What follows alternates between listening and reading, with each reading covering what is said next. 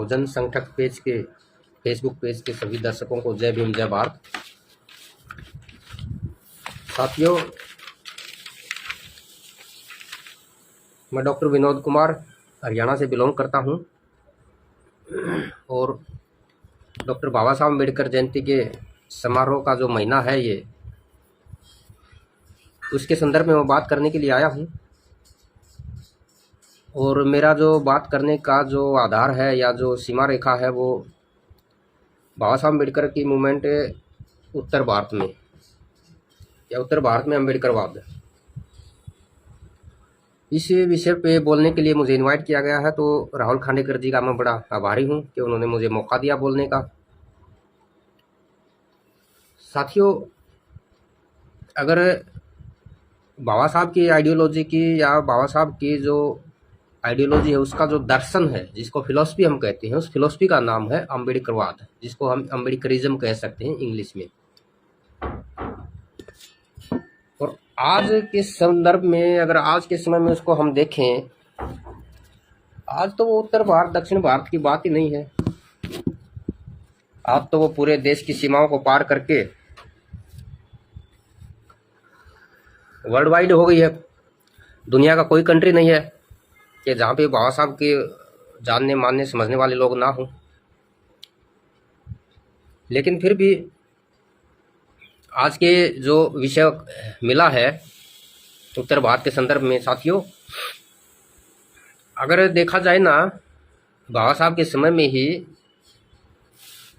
जब बाबा साहब काम करते थे, प्रचार करते थे, तो उनके समय में ही जो महाराष्ट्र, जो बाबा साहब अम्बेडकर की कर्मभूमि जन्मभूमि रही है, तो उसके बाद अगर बाबा साहब के विचारों का सबसे ज़्यादा प्रभाव अगर किसी राज्य में था और उसका रिजल्ट भी दिखता था, तो वो उत्तर भारत में पंजाब था।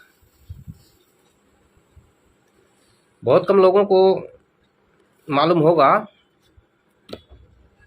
कि बाबा साहब अम्बेडकर के जो लड़के थे, यशवंत राव अम्बेडकर, बाबा साहब के देहांत के बाद उनको जो चुनाव लड़ने का अवसर मिला आया, तो पंजाब से चुनाव लड़ा था उन्होंने, होशियारपुर लोकसभा सीट से। बहुत अच्छा चुनाव लड़ा कांग्रेस के खिलाफ में, कांग्रेस का कैंडिडेट जीत गया और यशवंत राव अम्बेडकर पंजाब से चुनाव हार गए होशियारपुर लोकसभा सीट से। लेकिन वो सीट वो बदला, काशीराम जी जो बहुजन समाज पार्टी के अध्यक्ष थे, तो काशीराम जी ने 1996 में उसी होशियारपुर लोकसभा सीट से चुनाव लड़ा था और कांग्रेस के कैंडिडेट को हराया वहां से। और काशीराम जी 1996 में लोकसभा के सांसद बने होशियारपुर लोकसभा सीट से। तो ये जो अम्बेडकरिज्म की, अम्बेडकरवाद की जो बहुत गहरी जड़ें हैं जो बैठी हुई है, वो बाबा साहब के समय में भी काफ़ी थी, लेकिन बाबा साहब के देहांत के बाद उनमें कमजोर भी आई है, डिक्लाइन भी हुआ उनका। उत्तर प्रदेश में भी बहुत अच्छा मूवमेंट था, लेकिन वो वाली बात नहीं थी जो बात पंजाब में थी। बाबा साहब ने 13 मार्च 1927 को एसएसडी बनाया, समता सैनिक दल। अब समता सैनिक दल के जो अध्यक्ष थे, कौन थे? गोपाल सिंह थे, और वो एमएलए थे। गोपाल सिंह को अध्यक्ष बनाया ना बाबा साहब ने बाद में, तो वो एमएलए भी बने वो, और वो समता सैनिक दल के अध्यक्ष थे, वो पंजाब के ही थे। सम्यक प्रकाशन नई दिल्ली से किताब प्रकाशित हुई, बहुत मोटी किताब है, BR सापला साहब हैं, उन्होंने लिखी है, डॉक्टर अम्बेडकर और पंजाब। अगर उस किताब को हम पढ़ते हैं, डॉक्टर अम्बेडकर और पंजाब, तो वो किताब बहुत बड़े स्तर पे काफ़ी हद तक वो सिद्ध कर देती है। वो सिर्फ पंजाब के बारे में नहीं है, आज का जो हरियाणा है वो भी तो पंजाब का हिस्सा था ना। हरियाणा और पंजाब तो अलग अलग 1966 में होते हैं। हिमाचल प्रदेश भी उसी का हिस्सा था, चंडीगढ़ भी उसी का हिस्सा था, ये कंबाइंड था सारा। ये हिमाचल प्रदेश, पंजाब, चंडीगढ़, हरियाणा, तो इतना बड़ा जो उत्तर भारत का जो एरिया है, और ये जो बाबा साहब के विचारों का गढ़ रहा है, बाद में उसमें डिक्लाइन हुआ, उसके कारण अलग हैं। लेकिन दूसरा अगर हम नज़र डालें उत्तर भारत में, तो दूसरा जो बड़ा एरिया था जो बाबा साहब के विचारों को फॉलो करने वाला, और जो बाबा साहब की जो मूवमेंट है उसका जो राजनीतिक रूप भी देखने को मिला, वो उत्तर प्रदेश। उत्तर प्रदेश भी इसलिए हो पाया कि बाबा साहब अम्बेडकर से पहले उत्तर प्रदेश में स्वामी अच्युतानंद नाम के एक टीचर थे, कास्टिज्म की वजह से, अनटचेबिलिटी की वजह से उन्होंने टीचर की नौकरी छोड़ करके एक राष्ट्रीय स्तर का संगठन बना था। स्वामी अच्युतानंद हरिहर उनका पूरा नाम ये है, उनके किताब भी लिखी गई, उनके ऊपर किताबें भी मिलती हैं। वो बाबा साहब से पहले काफ़ी फेमस हो चुके थे वो, लेकिन वो दायरा थोड़ा सीमित था उनका। तो उन्होंने बड़ा काम किया उत्तर प्रदेश में, बहुत सारे लोगों में जागृति लेके आए थे वो, और नेशनल लेवल का उनका संगठन भी बन गया था। बाबा साहब से उनकी 3-4 मुलाकातें भी हुई हैं, और कुछ विषय ऐसे थे जो स्वामी अच्युतानंद जी में और बाबा साहब में थोड़ा मतभेद भी हुआ। समझदार लोगों में मतभेद होते ही हैं, ये कोई बड़ी बात नहीं होती। जहाँ समझदार लोग इकट्ठे होते हैं वहाँ किसी न किसी विषय पे मतभेद होगा ही होगा। मूर्खों में मतभेद नहीं होते, मूर्ख तो एक दूसरे को फॉलो करते रहते हैं बस। जैसे भेड़ चाल होती है, भेड़ों में कभी झगड़े नहीं होते, वो भेड़ चाल चलते रहते हैं। समझदार लोगों में कहीं ना कहीं मतभेद होता ही है। तो उत्तर प्रदेश भी बहुत उपजाऊ जमीन रहा है बाबा साहब के विचारों की, अम्बेडकरिज्म की, और पंजाब भी रहा है। इसके साथ ही साथ अगर और दूसरा देखें हम, राजस्थान है, मध्य प्रदेश है, दिल्ली है, ये जो एरिया है, इस एरिया में भी बाबा साहब के फॉलोवर बहुत ज़्यादा है, ऐसा नहीं कि नहीं है। लेकिन वो राजनीतिक रूप से जो फल दें, राजनीतिक रूप से जिनमें मैच्योरिटी दिखाई दे, वो उस स्तर तक वो नहीं पहुंच पाया। इतना सा फर्क है बाकी राज्यों में और इन राज्यों में। जैसे बिहार है, छत्तीसगढ़ है, उत्तराखंड है, उत्तरांचल। तो ये जो हिंदी बेल्ट है, जो देश की सबसे बड़ी बेल्ट है, ज्योग्राफिकल तरीके में अगर इसको बोला जाए तो इसको हम गंगा घाटी का मैदान कह सकते हैं। जो गंगा घाटी का जो एरिया है, समतल मैदान पूरे देश का हमारे ये, तो ये जो एरिया है, यहाँ बाबा साहब के विचारों की दमक और गूंज आज भी सुनाई देती है। और रहा दक्षिण भारत, दक्षिण भारत में भी काफी अच्छा स्टैंड हुआ। बाबा साहब के जीते जी ही दक्षिण भारत से एमएलए एमपी जीतने लग गए थे, लेकिन उत्तर भारत में बाबा साहब के जीते जी बहुत कम, ये जो है उत्तर प्रदेश का जो एरिया है, बहुत कम रिजल्ट आया राजनीतिक तौर पे। बाद में अच्छा आया, दक्षिण भारत में बाद में कम हो गया, उत्तर भारत में बाद में बढ़ गया। लेकिन इस समझने का एक हमको ये चीज़ मिलती है कि जो बाबा साहब के जो विचार हैं या जो उनका आंदोलन है बाबा साहब के जाने के बाद, तो ये समझो कि पूरी तरह एकदम जो उनके विरोधी नेता थे, विरोधी पक्ष के जो लोग थे, वो लोग बिल्कुल इसको दफन करना चाहते थे, और काफ़ी हद तक वो सफल भी हो गए थे। एक बात मैं बताना चाहता हूँ, बाबा साहब अम्बेडकर के बारे में अखबारों में, उस समय के अखबारों में बाबा साहब के देहांत के बाद ये लिखा जाने लगा था, भाषणों में राजनेता लोग भी ये बोलते थे कि डॉक्टर अम्बेडकर महाराष्ट्र के, विदर्भ के, महारों के बहुत बड़े नेता हुए।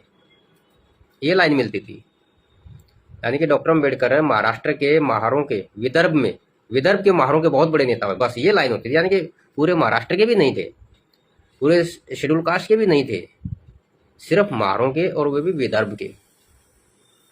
ये धारणा थी, और ये धारणा बहुत मजबूत धारणा थी। बहुत कम लोग इसके बारे में शायद जानते होंगे, जो मैं धारणा जो बता रहा हूँ उस समय की, और बोलने में आ गई थी ये लाइनें, यही बोलते थे। ये तो मान्यवर काशीराम जी की वजह से बाबा साहब की ये जो धारणा है, जो एक फ्रेम में फिट करने की जो चालबाजी थी, साजिश थी, ये तो मान्यवर काशीराम जी आते हैं और इस धारणा को चूर चूर करते हैं, तोड़ देते हैं। विदर्भ के नेता नहीं, महाराष्ट्र के नेता नहीं, महारों के नेता नहीं, वो पूरे के पूरे बहुजन समाज के, पूरे के पूरे देश के नेता है। ये जो आज स्थापना हमको मिलती है ना, जमी जमाई, इसका श्रेय मान्यवर काशीराम जी को जाता है।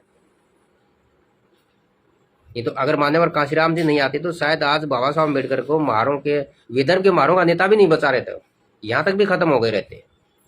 एक समाज सुधारक के तौर पे 2-4 लाइनें आ जाती बस। ये तो मान्यवर काशीराम जी हैं, जिन्होंने पूरे देश भर में बाबा साहब अम्बेडकर के विचारों को गांव गांव में, जन जन में, देहात में, शहरों में, कस्बों में, हर जगह फैलाया, और पूरे देश भर में, पूरे शेड्यूल कास्ट, पूरे बहुजन समाज में बाबा साहब अम्बेडकर के विचारों का स्वीकार्यता बढ़ी, बनाई। ऐसे ही होता है, विचारों को बताना पड़ता है, विचारों को समझाना पड़ता है, विचारों को जगाना पड़ता है। और ये बाबा साहब के विचार जैसे जैसे उत्तर भारत में पहुंचते, अकेले बाबा साहब के साथ, अकेले बाबा साहब के विचार ही नहीं गए उत्तर भारत में, अकेले बाबा साहब ही उत्तर भारत में नहीं आए, साथ में ज्योतिराव फुले भी आ गए, उनके साथ साथ साहू जी महाराज भी आ गए, बाबा साहब के साथ साथ नारायण गुरु भी आ गए, बाबा साहब के साथ साथ पेरियार, नारायण गुरु और पेरियार भी आ गए। कितने सारे महापुरुषों की एंट्री उत्तर भारत में हो गई। अब पेरियार तो तमिलनाडु के थे, बताइए तमिलनाडु के कौन से संगठन के लोगों ने जाकर के उत्तर भारत में बताया है? उत्तर प्रदेश के लोगों को पेरियार को कौन समझाया? मैं हरियाणा में रहता हूँ तो हरियाणा के लोगों को कौन समझा बताइए। पेरियार का कौन सा लाडला अनुयायी जो हमारा तमिलनाडु से चल करके आया होगा? कोई नहीं आया। ज्योतिराव फुले का कौन सा अनुयायी पूना से चल करके आया होगा? कोई नहीं आया। नारायण गुरु का केरल से थी, नारायण गुरु तो नारायण गुरु का कौन सा अनुयायी चल करके दिल्ली में आया होगा, पंजाब में, हरियाणा में जहाँ फैलाया होगा? कोई नहीं आया। ये मान्यवर काशीराम जी ही थे, और मान्यवर काशीराम जी के आंदोलन की वजह से, और वो संगठित आंदोलन, सिर्फ आंदोलन नहीं, संगठित आंदोलन और सुव्यवस्थित आंदोलन की देन है कि आज हम नारायण गुरु को भी जानते हैं, स्वामी अच्युतानंद को भी जानते हैं, ज्योतिराव फुले को भी जानते हैं, पेरियार रामास्वामी नायकर हैं, और जो अन्य महापुरुष हैं, अयंकाली महापुरुष हुए हैं जो तमिलनाडु में, जो पेरियार से भी पहले हैं। पेरियार के भी गुरु थे अयंकाली, तो पेरियार से पहले ही बुद्धिज्म की स्थापना कर ली, पेरियार से पहले ही बौद्ध धर्म ग्रहण कर लिया था अयंकाली ने। तो अब इन महापुरुषों के बारे में उत्तर भारत में जो जानकारी बढ़ी, इसका श्रेय मान्यवर काशीराम जी और उनका जो पॉलिटिकल संगठन जो बहुजन समाज पार्टी है उसके माध्यम से ही ये श्रेय दिया जा सकता है। हम आज बोलने लायक बने हैं तो उन्हीं के संगठनों की देन है, उन्हीं के लोगों की देन है। हमको तो नहीं आता था बोलना कभी। अंतर इतना हो जाता है कि मूल्यांकन करते समय लोगों में बायस रहते हैं। मूल्यांकन करते समय, विश्लेषण करते समय लोग फैक्ट के ऊपर बातें कम करते हैं, बायस से ज़्यादा प्रभावित होते हैं, बायस को आधार बना करके ज़्यादा डिस्कशन करते हैं, और यही कारण है कि सही से बात समझ में नहीं आती। जैसे मैंने बताया कि मान्यवर काशीराम जी जब बाबा साहब को स्थापना कर रहे थे पूरे उत्तर भारत में, जो आने वाली पीढ़ी थी, जो पीढ़ियां, जो बाबा साहब के समय की पीढ़ी थी, सारी मर चुकी थी। काशीराम जी जब बाबा साहब के बारे में बता रहे थे उत्तर भारत में, तो बाबा साहब के साथ आंदोलन करने वाले लोग मर चुके थे, कोई जिंदा नहीं बचा था, बल्कि दूसरी तीसरी पीढ़ी आ गई थी। एक महापुरुष के जो विचार सही रूप में व्यवस्थित रहते हैं तो उसके समय की जो पीढ़ी उसी में रहते हैं, बाद में मिलावट होती रहती है, कम होते रहते हैं, आने वाली पीढ़ियों में और कम और कम और कम, ऐसे ही चलता जाता है। तो जब तक मूवमेंट है या विचार है एक पीढ़ी को दूसरी पीढ़ी को प्रॉपर ट्रांसफर नहीं किया जाएगा ना, तो वो विचार है या आंदोलन हो कमजोर हो जाएगा या धीरे धीरे वो खत्म भी हो जाएगा। मान्यवर काशीराम जी के साथ जितने काम करने वाले लोग थे लगभग मर चुके हैं, थोड़े बहुत जिंदा हैं, 5 साल में 10 साल में वो भी दिखाई नहीं देंगे, खत्म हो जाएंगे सब। तो ये पीढ़ियों में, आने वाली पीढ़ियों में जो मूवमेंट का ट्रांसफॉर्मेशन होना चाहिए ना, उसके लिए कुछ काम करने की जरूरत है। जो आज के जो राजनेता हैं, आज के जो सामाजिक कार्यकर्ता हैं, पहले वो इन चीज़ों को सीखें कि मूवमेंट क्या है, इसकी एसेंशियल क्वालिफिकेशन क्या है, ये चलती कैसे है, इसको समझा कैसे जाए और समझाया कैसे जाए, वो तो बहुत बाद की बात है। होता क्या है, सबसे पहले समझाने चल पड़ते हैं, सबसे पहले समझाने चल पड़ते दूसरे को। तो भाई मेरे मैं बार बार अपने कार्यक्रमों में बोलता हूँ, अम्बेडकरिज्म जो है ये ट्रेनिंग की चीज़ है, ये समझने की चीज़ है। जैसे आपके पास पैसा आ गया, आपने कार ले ली और कार चलाना नहीं सीखा, उसकी ट्रेनिंग नहीं ली और कार लेके निकल पड़े, क्या होगा? एक्सीडेंट होगा, खुद भी मरोगे, कार को भी तोड़ोगे, सामने वाले को भी मारोगे, नुकसान करोगे। यही हो रहा है। ट्रेनिंग नहीं ली, सीखा नहीं है, समझा नहीं है, लेकिन समझाने निकल पड़े हैं, एक विरोधी और पैदा कर लेते हैं बिना ट्रेनिंग के, बिना समझदारी के। तो ये समझने समझाने की चीज़ें हैं, एक प्रोसेस है, ये सारे जीवन भर चलता रहेगा। ऐसा नहीं है 5 साल में 10 साल में खत्म हो जाएगा, ये वो चीज़ें नहीं है। तो साथियों, बड़े इत्मीनान से, बड़े ठहर करके, ठंडे दिमाग से इन चीज़ों को समझो, सोचो, और ज़्यादा इसमें उतावलापन करने की ज़्यादा जरूरत नहीं है, क्योंकि बहुत लंबी प्रोसेस है ये। जब 10,000 मीटर की रेस होती है ना, उसमें उतावलापन नहीं होता है। अगर 100 मीटर की रेस होती है तो उसमें उतावलापन होता है। 100 मीटर का सपट्टा, 100 मीटर की रेस होती है तो वो बहुत जल्दी निकालनी पड़ती है। अगर 10,000 मीटर की रेस है तो उसको व्यवस्थित ढंग से, सुव्यवस्थित ढंग से, धीरे धीरे धीरे धीरे करके चलेंगे तो 10,000 मीटर की रेस पूरी सही ढंग से हो जाएगी। और ये तो कई लाख मीटर की रेस है जिस रेस पे हम लोग बैठे हैं, जो बाबा साहब के फॉलोअर बैठे हैं, तो कई लाख मीटर रेस है। इसलिए कहता हूँ, अपना काम करो, पढ़ो लिखो, अपने घर परिवार को संभालो, अच्छा पैसा कमाओ, अच्छा स्वास्थ्य रखो, अच्छी चीज़ों को ग्रहण करो, और साथ में साइड में ये बाबा साहब के जो विचार है, हमारा आंदोलन है, वो भी पकड़ के रखो, उसको भी साथ में साथ चलाते रहो। उसके लिए दूसरे कामों को मत छोड़ो, दूसरे कामों के लिए उसको भी मत छोड़ो। ये बैलेंस बनाना पड़ेगा। यानी कि हम जो साथी हैं उनको घर परिवार भी चलाने हैं, अपनी पढ़ाई लिखाई भी करनी है, समाज के घर के दूसरे काम भी करने हैं, वो भी ज़रूरी है। ऐसा नहीं कि उनको छोड़ देंगे। एक तो तरीका ये है, और दूसरा तरीका फिर काशीराम जी बन जाओ।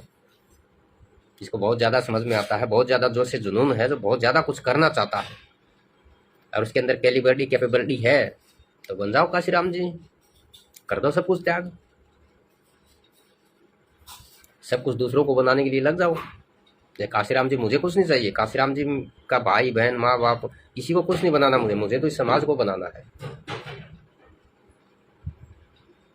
खुद के लिए कुछ नहीं चाहिए। मुख्यमंत्री बनाना तो दूसरा है, अगर गवर्नर बनाना तो दूसरा है, कलेक्टर बनाने तो दूसरे हैं, डीजीपी बनाने तो दूसरे हैं, प्राइम मिनिस्टर का नंबर है तो कोई दूसरा ही है। तो फिर ये एक तरीका ये है। तो आज के समय में मैं देख रहा हूँ उत्तर भारत में बहुत सारे साथी हैं, काम कर रहे हैं, कुछ ठीक भी कर रहे हैं, कुछ ठीक भी नहीं कर रहे, हर तरह के होते हैं, लेकिन दुखी हैं, हताश और निराशा से भरे हुए लोग हैं। और मैं इतिहास का एक छात्र हूँ, इतिहास को पढ़ने लिखने वाला हूँ, मेरे पीछे आप किताबें देख रहे होंगे, इतिहास की ज़्यादा किताबें हैं। इतिहास में एक भी ऐसा उदाहरण नहीं मिलता जहाँ पे हताश और निराश लोगों ने परिवर्तन किया, समाज में, राजनीति में, धर्म में, अर्थव्यवस्था में कहीं भी परिवर्तन किया हुआ हताश और निराशा से भरे हुए लोगों ने, एक भी नहीं मिलेगा आपको। और सत्यानाश करते हैं, हताशा निराशा से भरे हुए लोग हैं, दूसरों में भी हताशा और निराशा ही फैलाएंगे वो। ये नए नए संगठन खुल रहे हैं ना, नई नई पॉलिटिकल पार्टियां बना रहे हैं, जेब की पॉकेट वाली मैं इनको जेबी पार्टियां कहता हूँ, तो पॉकेट वाली है। हर राज्य में 10-10, 20-20, महाराष्ट्र बड़ा राज्य तो बड़ी पार्टियां वहाँ पे ज़्यादा 50 पड़ी होंगी, 20 पड़ी होंगी। उत्तर प्रदेश बड़ा राज्य तो 40-50 वहाँ भी पड़ी हैं छोटी छोटी पार्टियां। ये जो मिड लोगों की, ये जो इस तरह के जो लोग हैं ना, ये हताश और निराश लोग हैं, और उनके हताशा और निराशा का ही परिणाम है कि उन्होंने अलग से पार्टी संगठन बना है।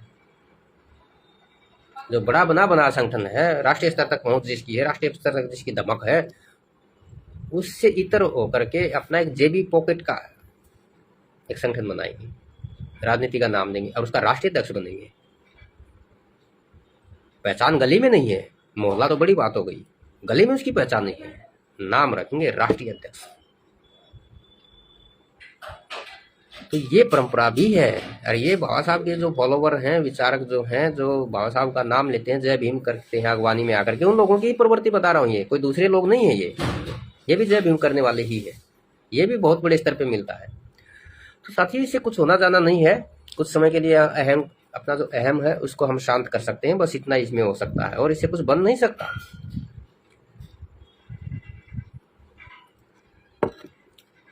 और तमाम लोगों ने प्रयास करके देख लिया, कोई 10 साल से प्रयास कर रहा है, कोई 15 साल से, कोई 20 साल से, कोई 25 साल से भी प्रयास कर रहे हैं, हासिल कुछ नहीं हुआ उनको, और ना ही होगा कभी, देख लेना। ये जो बाबा साहब अम्बेडकर लखनऊ में जो राष्ट्रीय अधिवेशन किया था all India schedule caste federation का 25 अप्रैल 1948 को, वो बहुत महत्वपूर्ण हो, भाषण मिलते हैं बाबा साहब को, पढ़ना चाहिए हमको। 24-25 अप्रैल 2 दिन का अधिवेशन था लखनऊ में 1948 में। उसमें बाबा साहब बता रहे हैं बातें, क्योंकि उस समय ही ये संगठन अलग अलग बनने शुरू हो गए थे। बाबा साहब के समय में भी समस्या आ रही थी, अलग अलग संगठन, अलग अलग राजनीतिक पार्टी बना करके चल रहे।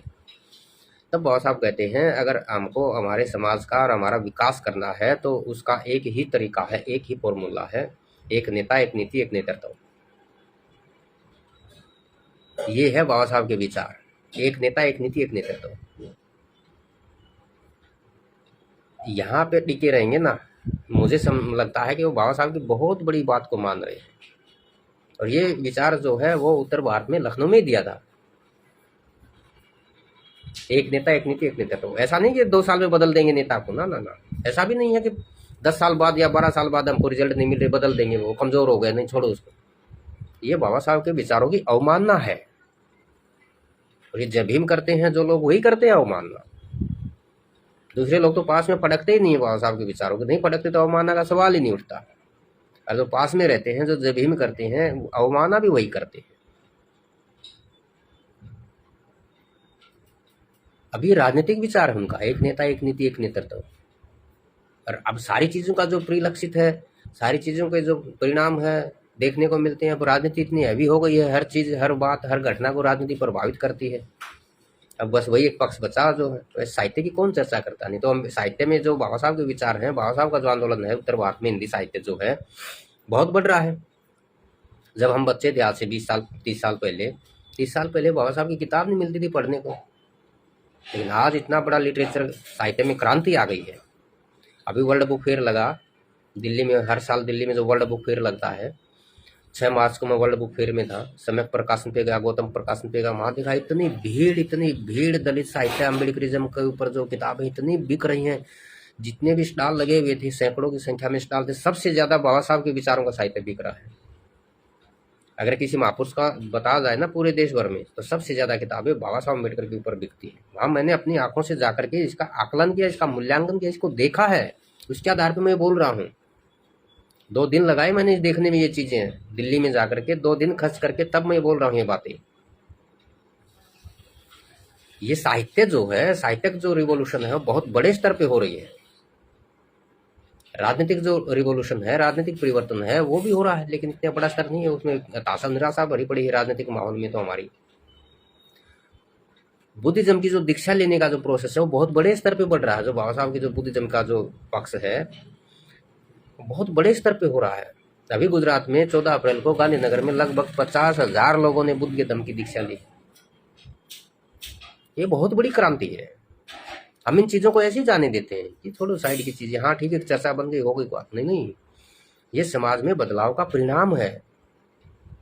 14 अप्रैल को इतनी बड़ी धम्म दीक्षा हुई है कार्यक्रम गुजरात के गांधीनगर में। जो बाबा साहब के फॉलोअर हैं उनको नोटिस करना चाहिए, इन चीजों का विश्लेषण करना चाहिए, व्याख्या करनी चाहिए, लोगों को बताना समझाना चाहिए कि ये हो रहा है समाज में। ये कूप मंडूकता रहती है ना, कुएं के मेंढक बने बैठे रहते हैं, वो बहुत खतरनाक सिचुएशन होती है दोस्तों। आप हरियाणा की भी खबर रखिए, नागालैंड की भी खबर रखिए, गुजरात की भी खबर रखिए। मैं तो समझता हूँ 2 ही तो लोग समझदार है देश में, जिनको देश चल क्या हो रहा है, देश में हो क्या रहा है, देश चलता कैसे है और होगा क्या, इसका आकलन जो लगा सकते हैं। एक तो ये ब्राह्मणवादी लोग हैं जो आरएसएस में बैठे हैं, दूसरे अम्बेडकर लोग, और तीसरा कौन है? तीसरे तो खा पी रहे हैं, आमोद प्रमोद में मगन है वो तो बस। उनको क्या मतलब है, उनको समझ में नहीं आती चीजें। अम्बेडकर लोग हैं या जो आरएसएस वाले जो लोग हैं, इनको 2 लोगों को ये समझ में आती है कि देश चल कैसे रहा है, इसमें हो क्या रहा है, तीसरे का सवाल ही नहीं है। लेकिन एक अंतर है, वो आरएसएस का जो आदमी रहेगा ना, वो पूरे देश भर की बातें रखेगा, पूरी दुनिया का ख्याल रखेगा। और जो हम जो जय भीम करने वाले हमारे जो लोग हैं वो थोड़ा सा कम रखते हैं और थोड़ा कूप मंडूकता की सिचुएशन में है। तो बाहर निकलना पड़ेगा। तमिलनाडु पे भी ध्यान रखिए, उड़ीसा पे भी ध्यान रखिए, गुजरात पे भी रखिए। तो पूरे देश भर में, जैसे मैं बता रहा हूँ ये घटना कि 50,000 लोग, लगभग 50,000 लोग, छोटी बात है 50,000 लोग। 50,000 लोग महाराष्ट्र में किसी कार्यक्रम में इकट्ठे नहीं हो सकते आज के समय। दलित समाज में, शेड्यूल कास्ट में कोई अम्बेडकराइट ऐसा लीडर नहीं है जो 50,000 लोगों को इकट्ठा कर दे। और उसी जगह पे कह रहा हूँ मैं, जो महाराष्ट्र में, लेकिन गुजरात में हुआ 14 अप्रैल को हुआ, उसके वीडियो हैं, तमाम वीडियो हैं। और जिन साथियों को इसके ऊपर लेख लिखने हैं, इसको समझना है इस घटना को, तो वीडियो है इसके ऊपर, या मुझसे संपर्क कर सकते हैं। और भी बहुत सारे साथी गुजरात में, अगर कोई किसी का पहचान का, तो पूछिए इस सब चीजों को।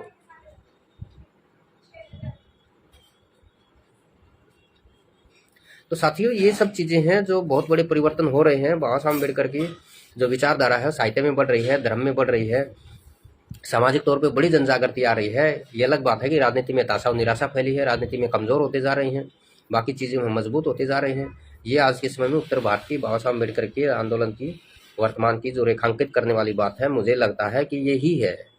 हो सकता है कि मेरी बातें पूरी तरह ठीक ना हो, लेकिन मेरा आकलन है ये, मैं ये जो बता रहा हूँ। बाकी साथियों का अपना अपना नजरिया है। और मैं दोबारा से बहुजन संगठन फेसबुक पेज के जो राहुल खांडेकर जी हैं, उन्होंने मुझे बोलने का अवसर दिया, और मैं दोबारा से इनको जय भीम जय भारत कहता हूँ। सभी साथियों का शुक्रिया, सभी को जय भीम जय भारत।